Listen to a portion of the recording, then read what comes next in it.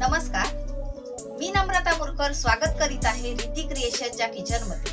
आज आपण बघणार आहोत गव्हाच्या चकल्या। तर चला रेसिपीकडे वळूया।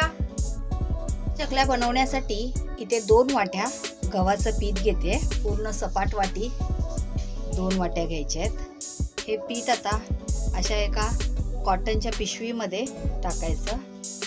कॉटनची पिशवी घ्या किंवा एखादा कॉटनचा रुमाल वगैरे असेल कपडा, त्यामध्ये असं टाकायचं।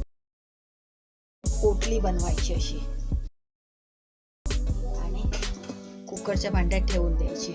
आपण जे डाळ वाटला कुकर लावतो त्या कुकरला लावली तरी चालेल। कुकरला लावून 3 शिट्या काढून घ्यायच्या।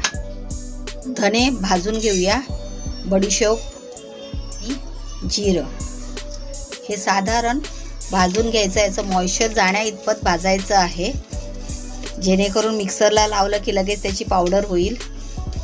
जास्त भाजायचं नाही आहे। हे बऱ्यापैकी भाजलेलं आहे।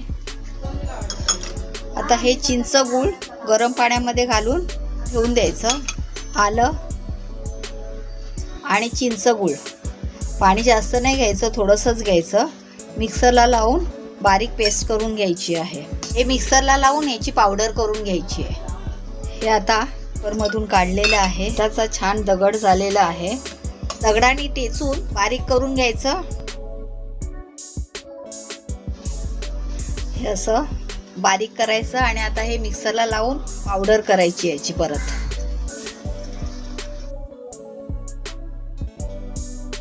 अशा प्रकारे सर्व पीठ चाळून घ्यायचं। 2 वाट्या पीठ घेतलेलं आहे, त्यासाठी इथे 2 पळी म्हणजे 4 टेबलस्पून तेल घ्यायचं आहे। आता हे तेल चांगलं कडकडून घ्यायचं। आता हे कडकडीत तेल या पिठावर सोडायचं आहे। तेलाचं मोहन घातल्याने चकली एकदम कुरकुरीत होते। सगळं एकजीव करून घ्यायचं। यापेक्षा जास्त तेल घ्यायचं नाहीये, नाहीतर चकल्या तेलामध्ये विरघळतात। आता जरा गार झाले, हाताने एकजीव करून घ्यायचं चांगलं। तर यामध्ये हळद टाकायची, लाल तिखट, धने बडीशेप आणि जिऱ्याची पावडर, तीळ, मीठ, हे सुकं सर्व एकजीव करून घ्यायचं। साहित्याचं सर्व प्रमाण डिस्क्रिप्शन बॉक्समध्ये दिलेलं आहे। चिंच गूळ आणि आल्याची पेस्ट आहे।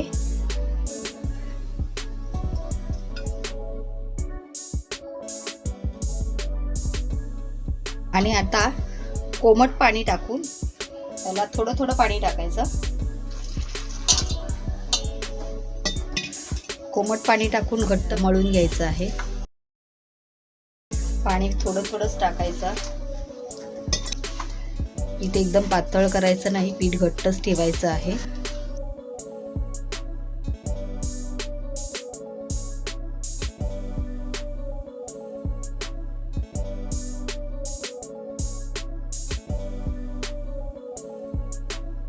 पीठ इतपत घट्ट मिळायचं की त्याला सुरकुत्या येता कामा नये। कन्सिस्टन्सी अशी असायला पाहिजे। चकतीची खरखरीत बाजू जी आहे ती बाहेरच्या साईडला पाहिजे आणि गुळगुळीत साईड जी आहे ती आतल्या साईडला पाहिजे। खरखरीत साईड बाहेरच्या साईडला असली की चकलीला चांगले काटे येतात।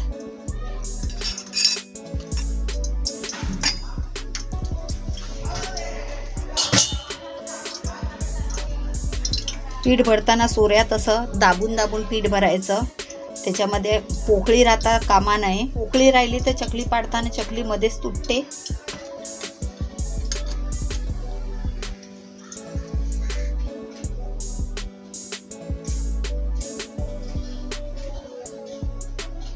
सुरुवातीला असं बोटाने आकार द्यायचा।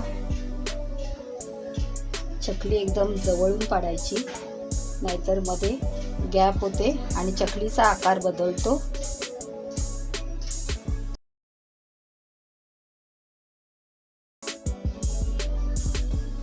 शेवटचं टोक असं इथे दाबून टाकायचं।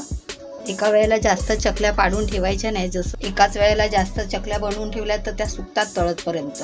तर इथे तेल तापलेलं आहे, आपण एक तुकडा टाकून बघूया. तेलात तुकडा टाकताच पटकन वर आलंय, म्हणजे आपलं तेल बऱ्यापैकी तापलेलं आहे. आता गॅस मध्यम आचेवर ठेवायचा आहे.